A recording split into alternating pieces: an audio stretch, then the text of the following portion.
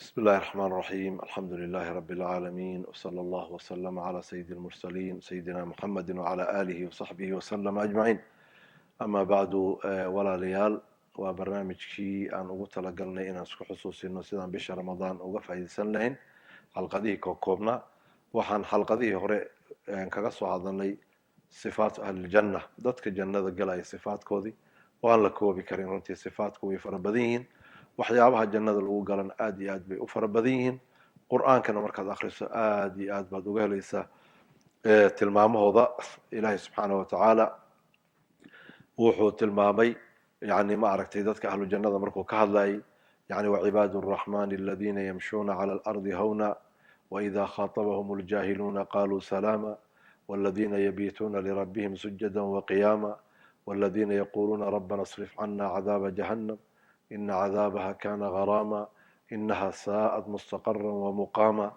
والذين إذا أنفقوا لم يسرفوا ولم يقتروا وكان بين ذلك قواما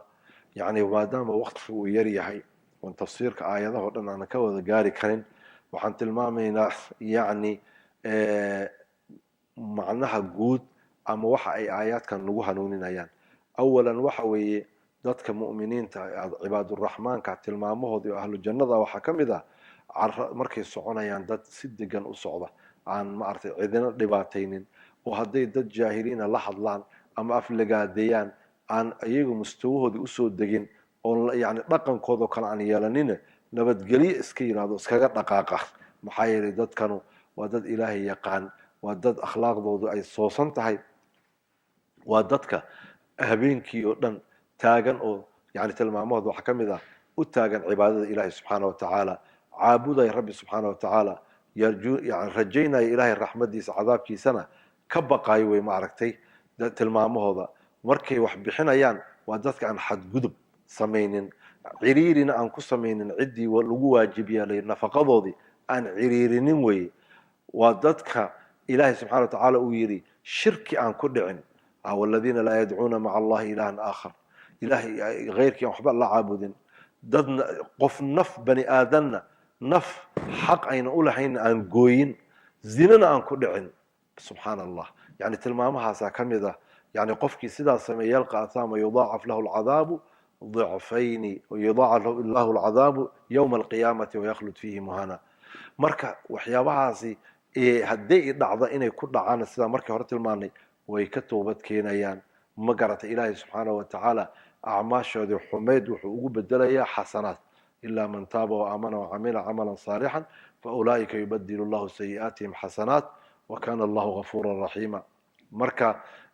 waa kuwa ilaahay subxaanahu watacaala barya oo ma aragtay yiraahda rabbana hab lana min azwaajina wadurriyaatina qurrata acyun wajcalna lilmuttaqiina imaama yani haddii ilaahay la xuso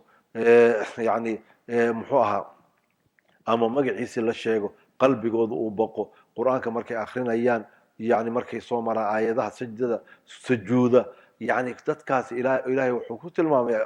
أبالكود أولئك يجزون الغرفة بما صبروا ويلقون فيها تحية وسلاما خالدين فيها حسنت مستقرا ومقاما جنوين كاسي إلهي سبحانه وتعالى تلمامي هذه هوري وتلمامي أي إلهي سبحانه وتعالى وقلين دونا هل كاسي كبر واقوبي دونا أي كل باني دونا مركا قف والبو مسلمة خاصة بشان رمضان بركيسا فرصدا إن أتكلم من معها وإن رنتي يعني همجين وسرية وجنوين كاسي أن واقع تاجنا معها وحي أدون كري دلال كيسي حوجا شقفي عم بهري العقبان هلي يقولي بان السي إن همجين وإن تكسرية وأنا ما أرتيد أكتها إن تكتجيس أخيرا وهمجا وإن النقطة جنة داسي قيمها بدن إلهي سبحانه وتعالى تذكر دياري marka waxaan naftiina u dardaarmayna dadaalka inaan laba jibaarno oo ramadaan iyo ghayra ramadaanba uu cibaadadeeni ay joogto ahaataa ilaahay subxaana watacaala wuxuu yidhi wacbud rabbaka xataa ya'tiyaka alyaqiin cibaadada rabbigaaga joogtay ilaa geerida ay ku timaado ma aha ramadaankana in la xamaasoodo ramadaan haddii laga tagana break laga qaato cibaadada yaa yidhi sidaas nacuudu billahi يعني مثل ذلك سيداس وكل إن سمين إلهي بان كما قلني وجزاكم الله خيرا والسلام عليكم ورحمة الله وبركاته